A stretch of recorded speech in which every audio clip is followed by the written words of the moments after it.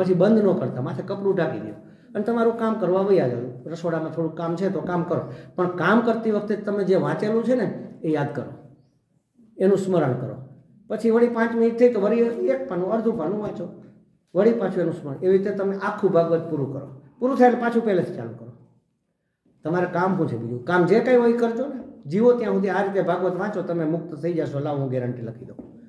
ભાગવત મુક્તિનો ગ્રંથ છે, પરમહંસોની સંહિતા છે. અને જે અત્યારે ભાગવત કથાઓ થાય છે એમાં તમને લાગે છે કે આ પરમહંસ માટે હોય એવી?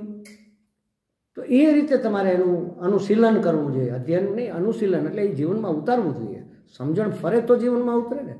તો આ 4 ગ્રંથ જો જીવનમાં આવી જાય તો વેદ અધ્યયતામ થઈ ગયું કહેવાય, વેદનું અધ્યયન થયું કહેવાય. અને કેટલી વાર નિત્ય દરરોજ આ વાંચવા જોઈએ.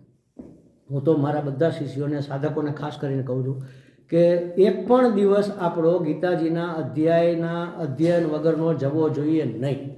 દરરોજ એક અધ્યાય વાંચો. આપણે લોકોએ તો ઓછામાં ઓછો એક અધ્યાય વાંચવો છે. બીજા લોકો જે નથી અનુકૂળતા એને હું કહું છું તમે 15 શ્લોક વાંચો, 10 શ્લોક, 11 શ્લોક એવું નક્કી કરો. પણ આપણે દરરોજ એક અધ્યાય ઓછામાં ઓછો વાંચવો જોઈએ. પછી બીજે દિવસે બીજો, ત્રીજા દિવસે ત્રીજો, એમેય થાય. પણ એના કરતાં એક રસ્તો એ છે કે એક અધ્યાય 11 શરૂ કરો, બીજી 11 સુધી એકનો એક, પછી 11 બીજો, પાછા 15 દિવસ એકનો એક.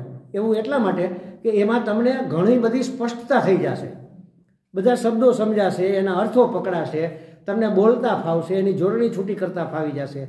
15 દિવસ એકનો એક અધ્યાય વાંચીએ તમે વિચાર કરો. અને બીજી વસ્તુ, મનમાં નહીં વાંચવાનો, વૈખરી વાણીમાં. મનમાં વાંચશો ને તો એ ગડબડ વયું જશે. ઓલું બોલશો તો તમને સંભળાશે પણ ખરું, એટલે ભૂલ થશે ને તો તમે ફરીથી પાછા રિપીટ કરશો. માંબ અનુસંધાન અંબિકે, મ અને અંબ બે જુદા કરવાના. બધા માંબ બોલે છે, માંબ.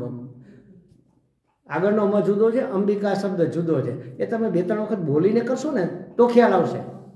એટલે એકનો એક અધ્યાય વાંચો, 15 દિવસ વાંચો, અને વૈખરી વાણીમાં મોટેથી. માનો કોઈને ડિસ્ટર્બ થતું હોય તો તમે સાંભળો એટલો અવાજ ખાલી કાઢો, પણ અવાજ નીકળવો જોઈએ.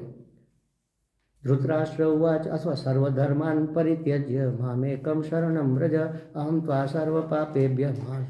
એ આપણને સંભળાય ને એટલો અવાજ તો ઓછામાં ઓછો નીકળવો જોઈએ. આ રીતે તમે વાંચો, 100% ઉદ્ધાર નિશ્ચિત છે, એમ સમજી લો.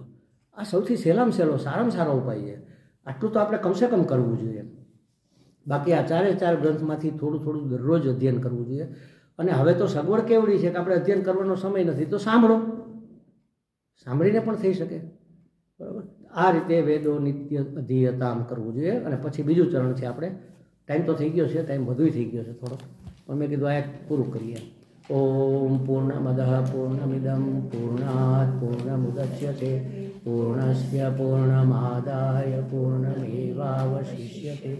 ઓમ શાંતિ શાંતિ શાંતિ.